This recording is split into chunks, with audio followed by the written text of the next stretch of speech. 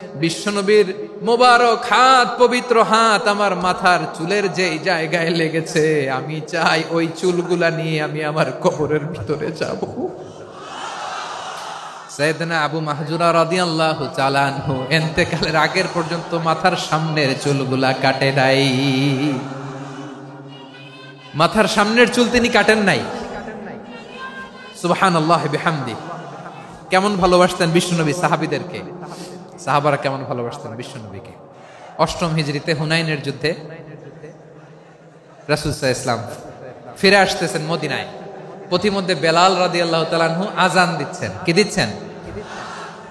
তো পাশে ছিল মুশরিকদের একটা পল্লী, কিছু মুশরিক তরুণ, কিছু অমুসলিম কিশোর, তারা আযানকে ব্যঙ্গ করতেছে। আমাদের বাংলায় মুখ ভেঙ্গানো বলে আর কি। বেলাল রাদিয়াল্লাহু তাআলা আনহু আযান দিচ্ছেন, ওই বাচ্চাগুলো মুশরিক, তো ওরা আযানকে ব্যঙ্গ করতেছে, বিকৃতি করে ওরাও আযান দিচ্ছে। উদ্দেশ্য হচ্ছে আযানকে নিয়ে ঠাট্টা করা। উদ্দেশ্য কি? ঠাট্টা করা। ব্যাপারটা মনে কষ্ট পাওয়ার মতো ব্যাপার না? কিন্তু বিশ্বনবী ওইখানে দেখেন কি খুঁজলেন। বিশ্বনবী খেয়াল করলেন অমুসলিম কিশোরদের মধ্য থেকে একটা কিশোরের গলাটা বড় দরাজ গলা, কণ্ঠটা বড় সুন্দর। খেয়াল করে দেখলেন যে কিছু কিশোর বেলালের আযানকে ব্যঙ্গ করে, বিকৃতি করে, কিন্তু একজনের কণ্ঠ দেখতে পাচ্ছেন না এত দূরে, কিন্তু কণ্ঠটা বড় সুন্দর, দরাজ গলা। বিশ্বনবী সাহাবীদেরকে বললেন, ধরো এগুলারে, ধরো। সবগুলারে ধরে বিশ্বনবীর সামনে আনা হলো। ওরা হাঁটু গেড়ে বসলো। বিশ্বনবী বললেন, তোমাদের মধ্যে কে যেন ব্যঙ্গ করে আযান দিচ্ছিল, তার গলাটা বড় উঁচু, গলার বেসটা বড় মজবুত, মেলোডিয়াস, সুমধুর কণ্ঠ। কে? আবু মাহজুরা বলে, আমার বন্ধুরা সবাই আমার দিকে আঙ্গুল দেখায়, আমি পড়ে গেছি বিপদে। রাসূল সাল্লাল্লাহু আলাইহি ওয়াসাল্লাম বাকি অমুসলিম তরুণদেরকে ছেড়ে দিলেন, বললেন তোমরা যাও। এবার আবু মাহজুরারে পাইছে। আবু মাহজুরার চুলের মধ্যে হাত দিলেন বিশ্বনবী, মাথায় হাত দিয়ে বললেন, এবার আযান দাও দেখি। আবু মাহজুরা বলে, আমি তো আযান দিতে জানি না, কারণ আমি তো বেলালেরটা শুইনা দিছি, আমার তো মুখস্থ নাই, আমি তো আযান দিতে জানি না। বিশ্বনবী বললেন, জানো না? তাহলে আসো, আমি তোমারে শিখাই দেই। সুবহানাল্লাহ পড়েন। আবু মাহজুরা হাঁটু গেড়ে বসে, বিশ্বনবীর মোবারক হাত আবু মাহজুরার চুলের মধ্যে। বিশ্বনবী আযানের মুআল্লিম আবু মাহজুরাকে বলতেছে, ঠিক আছে তোমারে শিখাই দিচ্ছি, আমি যা যা বলবো আমার সাথে সাথে বলো, পারবা? আবু মাহজুরা বলে, পারবো। বিশ্বনবী আযান দিচ্ছেন, মাথায় হাত দিয়ে আল্লাহু আকবার, আল্লাহু আকবার। আবু মাহজুরা এই বাক্যটা পড়লেন। বিশ্বনবী দ্বিতীয় বাক্য পড়তে আরম্ভ করলেন, আল্লাহু আকবার,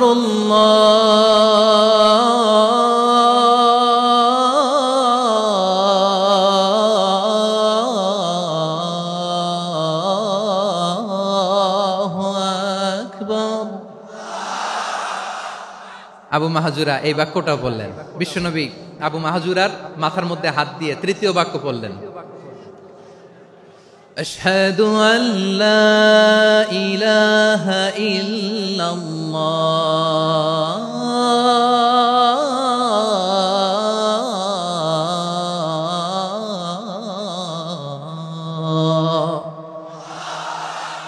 আবু মাহজুরা তৃতীয় বাক্য পড়লেন। বিশ্বনবী একটা বাক্য পরে আবু মাহজুরা পরে, বিশ্বনবী পরে আবু মাহজুরা পরে। আবু মাহজুরা কিন্তু অমুসলিম, মুশরিক। আবু মাহজুরা বলে, এক একটা বাক্য পড়ি আমার কলিজাটা গলে ঠান্ডা হয়ে যায়। এতদিন মোহাম্মদকে গালি দিতাম, এখন মোহাম্মদ আমার মাথায় যখন হাত রাখছে আমার সারা শরীর ঠান্ডা হয়ে গেছে। বিশ্বনবী আযান শেখাচ্ছেন, একটা একটা বাক্য পড়ে আবু মাহজুরাও পড়ে, বিশ্বনবী পড়ে, আবু মাহজুরাও পড়ে। পুরো বাক্যগুলো যখন শেষ, আযান শেষ, আবু মাহজুরাও যখন পুরো আযান পড়লেন, আবু মাহজুরা বললেন, এতদিন মোহাম্মদের চেহারা দেখলে আমার ঘৃণা লাগতো, আজ থেকে মোহাম্মদের চেহারার চেয়ে প্রিয় চেহারা আমার কাছে নাই। আবু মাহজুরা বললেন, ও মুহাম্মদ, আযানের বাক্য তো আপনি আমারে শেখালেন, এখানেই শেষ করবেন না, আপনি আমারে পড়ায় দেন, লা ইলাহা ইল্লাল্লাহু মুহাম্মাদুর রাসূলুল্লাহ সাল্লাল্লাহু আলাইহি ওয়াসাল্লাম। বিশ্বনবীর সাথে দাঁড়িয়ে উনি শাহাদা পড়ে মুসলমান হয়ে গেলেন। এবার আবু মাহজুরা বলে, ইয়া রাসূলুল্লাহ, ইয়া হাবিবাল্লাহ, আমি মুমিন হয়েছি। মুসলমান হয়েছি, আপনার কাছ থেকে আজান শিখার সৌভাগ্য আমি লাভ করেছি গো নবী। আমার কণ্ঠের বড় তারিফ করেছেন আপনি, আমার আজানকে আপনি পছন্দ করেছেন। একটা জিনিস আপনার কাছে চাই, আপনি আমাকে মক্কার মসজিদুল হারামের মুয়াজ্জিন হিসেবে অ্যাপয়েন্ট করে দেন। বিষ্ণু ইসলাম বললেন, যাও আবু মাহজুরা, আমি তোমাকে পৃথিবীর শ্রেষ্ঠতম মসজিদ মক্কার মসজিদুল হারামের মুয়াজ্জিন হিসেবে অ্যাপয়েন্ট করে দিলাম। দেখছেন কিভাবে ট্যালেন্ট হান্টিং করতে হয়, কিভাবে হিউম্যান রিসোর্স মানব সম্পদকে ব্যবহার করতে হয়। আসছিল আজানকে ভেঙাইতে, আসছিল কেন? আজানকে ব্যঙ্গ করার জন্য, বিকৃত করার জন্য। আজানকে বিকৃত করতে যে ইসলামের সবচেয়ে শ্রেষ্ঠ মসজিদের মুয়াজ্জিন হয়ে গেল। পড়েন সুবহানাল্লাহ। হযরত আবু মাহজুরা রাদিয়াল্লাহু তাআলা আনহু ওনার এই সুললিত কণ্ঠ ব্যবহার করে মসজিদুল হারামে এত সুন্দর করে আল্লাহু আকবার বলে আজান দিতেন। মানুষগুলোর, মুসল্লিগুলোর, মক্কাবাসীর হৃদয়কে তিনি বিগলিত করে দিতেন। মানুষের হৃদয়কে ঠান্ডা হয়ে যেত। শুধু এখানেই শেষ না আমার যশোরের ভাইয়েরা। বিশ্বনবী যখন সাইয়েদনা আবু মাহজুরা রাদিয়াল্লাহু তাআলা আনহুকে আজান শিখাচ্ছিলেন, বলেন তো বিশ্বনবীর হাতটা কোথায় ছিল? আবু মাহজুরার মাথার সামনে, এই চুলের উপরে ছিল।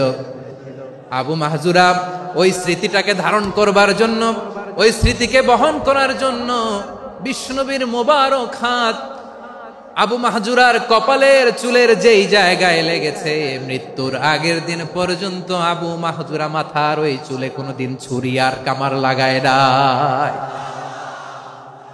সেখানে কেচি লাগায় নাই, চুলের মধ্যে খুর লাগায় নাই। আবু মাহজুরা ডান দিকের চুল কাটতো, বাম দিকের চুল কাটতো, পেছনের চুল কাটতো, সামনের চুল কাটতো না। আবু মাহজুরা রাদিয়াল্লাহু তাআলা আনহুর সামনের চুলগুলো বড় হতে হতে যখন এত বড় হয়ে যায়, তিনি চুলগুলো পেঁচিয়ে মাথার মধ্যে রাখতেন। তারপরে তিনি পাগড়ি পরতেন। সবাই জিজ্ঞেস করতো, আবু মাহজুরা এটা আবার কেমন স্টাইল? দেখতে তোমারে কি বিদঘুটে লাগে, কেমন অড লাগে, কেমন খারাপ দেখা যায়। মক্কায় এমন কোন মানুষ তো দেখি নাই, ডানে চুল কাটে, বায়ে চুল কাটে, পেছনে চুল কাটে, সামনে কাটে না। ওরে আবু মাহজুরা কেমন দেখা যায় তোমারে, তুমি সামনের চুল কাটো না কেন? আবু মাহজুরা বলে, আমি হাঁটু গেড়ে পেয়ারা নবীর সামনে বসেছিলাম, আমার এই মাথার চুলের মধ্যে মুবারক হাত লাগিয়ে বিশ্বনবী নিজে আমাকে আজানের প্রতিটা বাক্য শিক্ষা দিয়েছেন। বিশ্বনবীর মোবারক হাত, পবিত্র হাত আমার মাথার চুলের যেই জায়গায় লেগেছে, আমি চাই ওই চুলগুলা নিয়ে আমি আমার কবরের ভিতরে যাব। সাইয়েদনা আবু মাহজুরা রাদিয়াল্লাহু তাআলা আনহু ইন্তেকালের আগের পর্যন্ত মাথার সামনের চুলগুলা কাটে নাই। মাথার সামনের চুল তিনি কাটেন নাই। সুবহানাল্লাহি বিহামদি। কেমন ভালোবাসতেন বিশ্বনবী সাহাবীদেরকে, সাহাবারা কেমন ভালোবাসতেন বিশ্বনবীকে। সামনের চুলগুলো বড় হতে হতে এত বড় ছিল, পেঁচিয়ে রেখে পাগড়ি পরতেন, কাটতেন না। নবীর হাত লেগেছিল। সুবহানাল্লাহ পড়েন। তাহলে what is the lesson, moral of the story কি? মোরাল অফ দ্য স্টোরি হচ্ছে, আসছিল আজানকে ব্যঙ্গ করার জন্য, বিকৃত করার জন্য, হয়ে গেল মসজিদুল হারামের মুয়াজ্জিন। দেখেন বিশ্বনবী একটা খারাপ সিচুয়েশনের মধ্যে থেকে কি ভালো জিনিস বের করে আনলেন। আমি যে শুরুতে বলেছি কিভাবে তিনি হিউম্যান রিসোর্সকে ডেভেলপ করেছেন, ম্যানেজ করেছেন। তিনি যে চৌকস ট্যালেন্ট হান্টার ছিল, দেখেন সবার মধ্যে থেকে এর বাছাই করে মুয়াজ্জিন বানাই দিয়েছেন। সুবহানাল্লাহ পড়েন। তার মানে এই না সবাইরে ধরে ধরে উনি মুয়াজ্জিন বানাইছেন। যার যেই ট্যালেন্ট আছে তাকে ওই কাজে অ্যাসাইন করেছেন। যার যেই প্রতিভা আছে তার প্রতিভাকে ইসলামের কাজে লাগিয়েছেন। সুবহানাল্লাহ পড়েন।